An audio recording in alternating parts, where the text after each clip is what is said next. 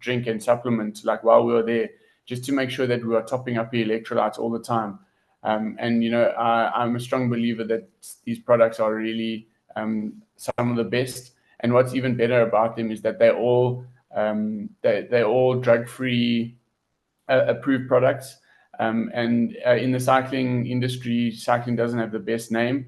And I think everybody in the team was tested at least once while we were there. So they were coming down on us quite hard. And having products in your bag that are drug-free it's just a bonus, actually. There's no stress, there's no worry. You don't have to keep batch numbers. You don't have to do any of that kind of thing. So yeah, that was really great. And then just one more product I would like to add just to my kind of group of products is Nightworks.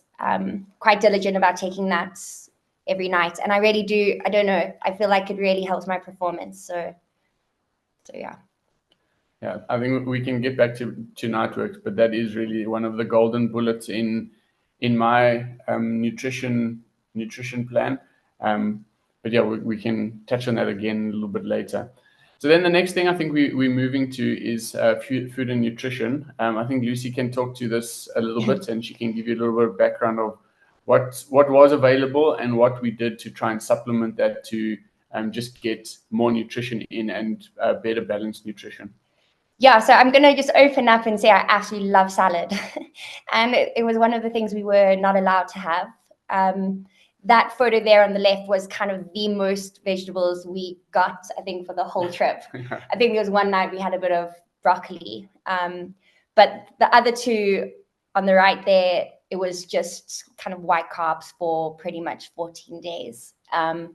And for kind of when you're racing, it's good up until a point, and then you just want fiber and you want protein and you just want something more healthy. So the dining hall was absolutely huge. There were 3 of them in the end. They started off with 2.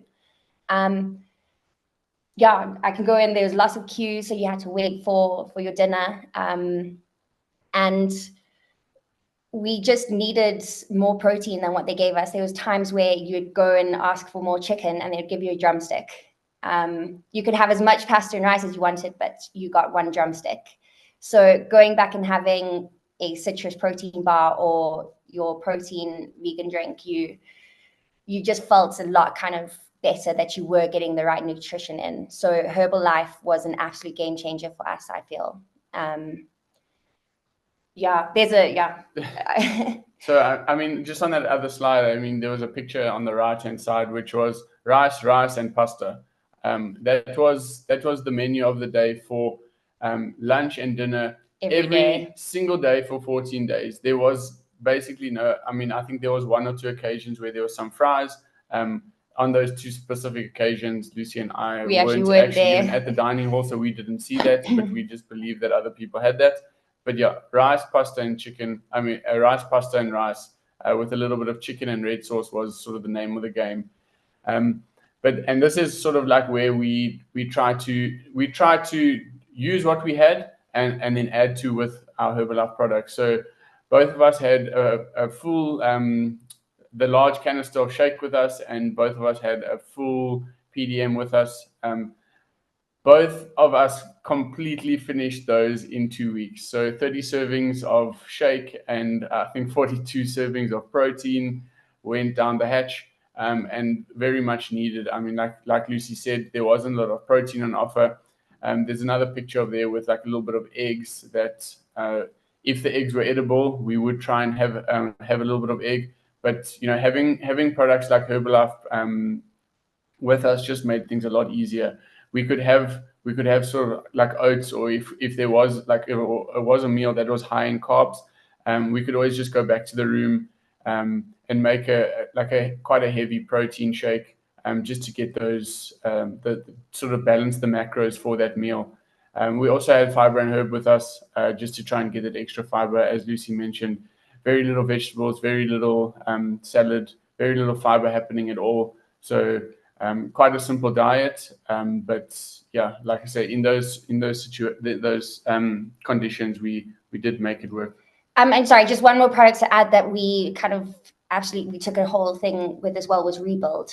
So I think that photo there on the right, Brandon's actually eating his shake or drinking.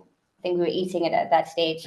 And yeah, having rebuild after our races, because we were racing very consecutively. So it'll be kind of one race, sometimes 1 day rest, or go race for 3 days consecutively. So having rebuilds again is just a performance flex.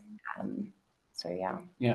So and then so I've included this this picture because some of you that have been on presentations with me in the past, you know, I've discussed nutrition for performance and nutrition for health, and how very often when you're looking for nutrition for performance, you want high octane fuel, you want your simple carbs, you want your refined carbs, you want your white pastas, you want your white rices, you want to have less fiber. And now you might be hearing me saying, we were looking for fiber, we were looking for, you know, the other parts, the more balanced side of the nutrition. And you know, there's truth in both of those. When you're focusing on one specific race, you can reduce the fiber, you can reduce those kind of things for a very short period to get that high performance, high octane nutrition. But when you're living in a country for 2 weeks, you can't only be eating rice, you can't only be eating one drumstick. You do need to be getting a little bit more balanced nutrition. So on the days where we weren't racing, or on the days in between, the days leading up to and the days after we had raced, you know, we were still looking to stay regular, to keep our diets healthy, to keep our weight in check. I mean, you might think me trying to keep my weight in check, but you know, the lighter we are, the better we perform. The